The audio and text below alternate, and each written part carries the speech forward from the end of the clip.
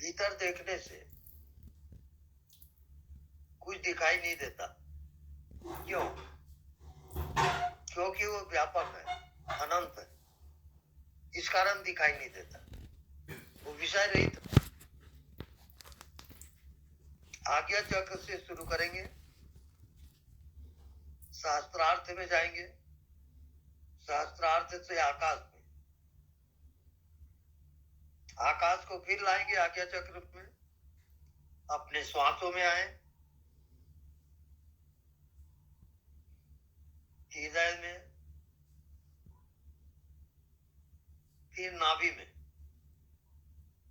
अब नाभि में रुक जाए।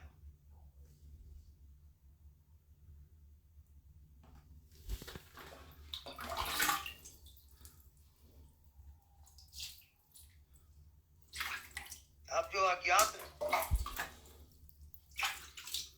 उस अज्ञात में प्रवेश करें।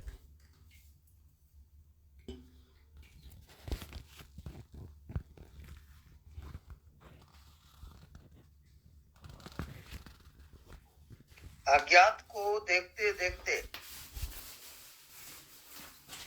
आप बॉडी से अलग हो जाओगे, मन से अलग हो जाओगे।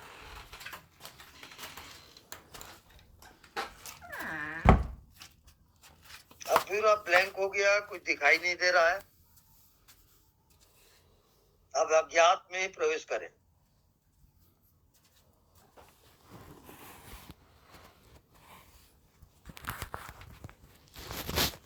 जैसे आपको रात को नींद आती है, ऐसी अस्तित्व को अपने भीतर अज्ञात में ले जाएं।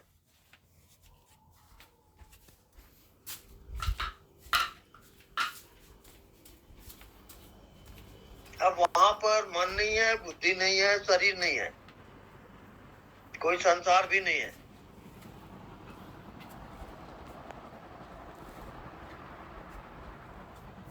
अब अज्ञात के बाद आपकी चेतना एक हो जाती है। अब मन बुद्धि नहीं है, शरीर नहीं है, संसार भी नहीं है। इसको कहते हैं जागृत सुषुप्ति। जागते हुए सब कुछ खो गया, तब केवल आपकी चेतना है। वो चेतन जब प्रकट होता है तो पूरे अस्तित्व के साथ एकाकार होता है। वो विराट से एक हो जाता है।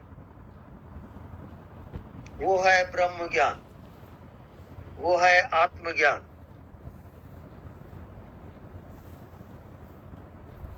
इसको कहते हैं मोक्ष, इसको कहते हैं निर्वाण, इसको कहते हैं वैकुंठ, इसको कहते हैं परम धाम।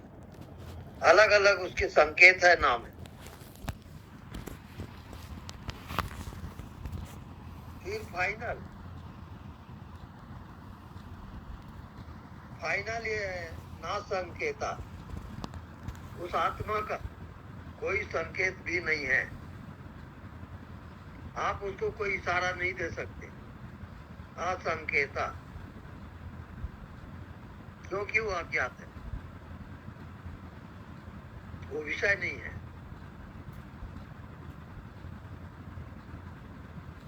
अब सारे संकेत खत्म हो गए, मन बुद्धि खत्म हो गया, संसार अब खत्म। अब जो शेष बचता है, जैसे आप नींद में जाते हो और सब खो जाता है, उसमें जो शेष है वो आपकी आत्मा है। उसका न कोई आकार है, न कोई रूप है। वो विषय रहित है, वहां कोई विषय नहीं है। शब्द, स्पर्श, रूप, रस, गंध, ये पांचों विषय का अभाव है। तब आप आत्मा के स्वभाव में जाओगे। आत्मा विषय रहित है, जैसे आपको नींद आती है, सुषुप्ति अवस्था, वो जागृत में आ जाएगा। इसको जागृत सुषुप्ति कहा जाता है। आप जाग रहे हो और सब खो गया, न मन, न बुद्धि, न शरीर, तब आत्मा प्रकट हो जाता है। आत्मज्ञान उसको होता है।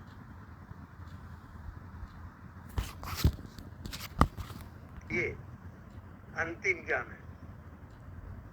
इसी से आगे का रास्ता मोक्ष, निर्वाण, वैकुंठ, स्वधाम, परमधाम, इसकी प्राप्ति होती है। मनुष्य जीवन का उद्देश्य, जीवन मोक्ष का द्वार है। इसको यदि आप चूके तो चूकते चले जाओगे, फिर चांस नहीं मिलेगा। ये चांस है, इसका लाभ